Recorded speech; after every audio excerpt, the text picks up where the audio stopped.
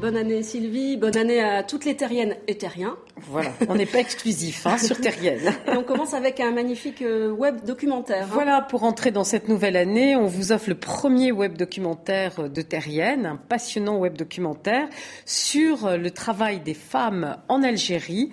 Allez, on embarque.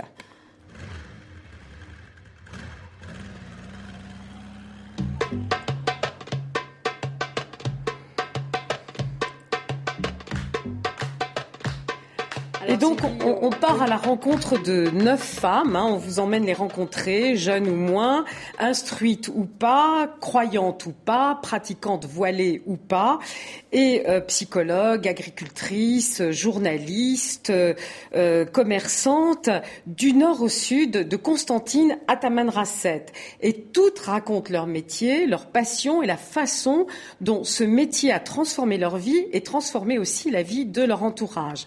Alors on commence. Un coup de cœur avec une jeune brodeuse qui vient du sud. Voilà, c'est à Togourte dans le sud, et donc c'est une brodeuse qui est partie de rien, qui est maintenant aujourd'hui la responsable de la chambre d'artisanat de sa région, qui fait des broderies pour les plus grands stylistes européens, parce que ces broderies du Sahara sont très très prisées des stylistes en Europe, et donc elle a aussi monté une association pour aider à changer la condition des femmes dans le sud algérien.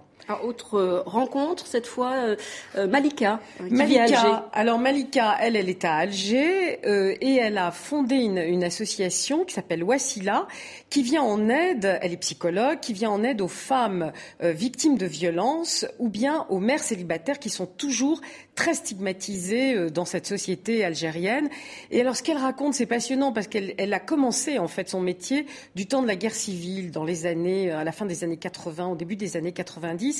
Et c'est cette pratique qui l'a amenée, parce qu'elle a rencontré beaucoup de femmes alors, à aider les femmes aujourd'hui qui sont victimes de violences. Voilà pour ce web documentaire à découvrir donc sur le portail Terrienne. À suivre également sur Terrienne une autre actualité vraiment terrible, c'est en Inde, le viol collectif. Alors évidemment, de cette on a suivi pas à pas ce qui se passait en Inde avec cette jeune étudiante violée et puis qui est décédée des suites de ce viol. Et au-delà du drame, ce qui nous a interpellés, c'est d'essayer de comprendre comment cette société s'était mobilisée pour parler de ça, des violences faites aux femmes. C'est la classe moyenne, jeune, urbaine, qui s'est mobilisée de façon absolument massive. Et on a voulu comprendre pourquoi en interviewant une féministe indienne, je dis son nom, Urvashi Bhutalia, qui avait fondé d'ailleurs la première maison d'édition féministe en Inde.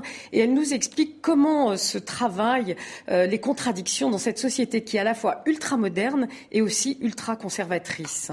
On a vu donc les toutes dernières images qui nous venaient d'Inde, des manifestations donc pour dénoncer ce viol collectif et la mort de cette jeune étudiante. On va se quitter sur un ton un peu plus heureux, Sylvie. Je vous dirais d'un mot, ne m'appelez plus mademoiselle. Voilà, il y avait une bataille, ça c'était en France, pour que désormais les femmes qui ne sont pas mariées, qui ont choisi soit le célibat, soit le concubinage, soient appelées comme les autres madame à partir du moment où elles sont majeures, où elles travaillent. Eh bien, ça y est, c'est fait. L'administration nous appellera madame. C'est vrai que ça paraît anecdotique, mais il faut choisir, il ne faut pas établir des hiérarchies entre les unes et les autres. Par exemple, en Allemagne, tout le monde est Frau, madame. En Russie, tout le monde est Dievouchka, mademoiselle. Bon, on choisit, voilà. Bon, c'est pas un thème qui faisait l'unanimité forcément, non, parce que mais cette fois, c'est fait à partir de ce 1er janvier 2013. Plus de mademoiselle, mais que des madames. Merci Sylvie Bréban pour cette chronique terrienne. On peut retrouver évidemment tous ces dossiers sur le portail Terrienne, évidemment sur notre site tv5monde.com. Merci.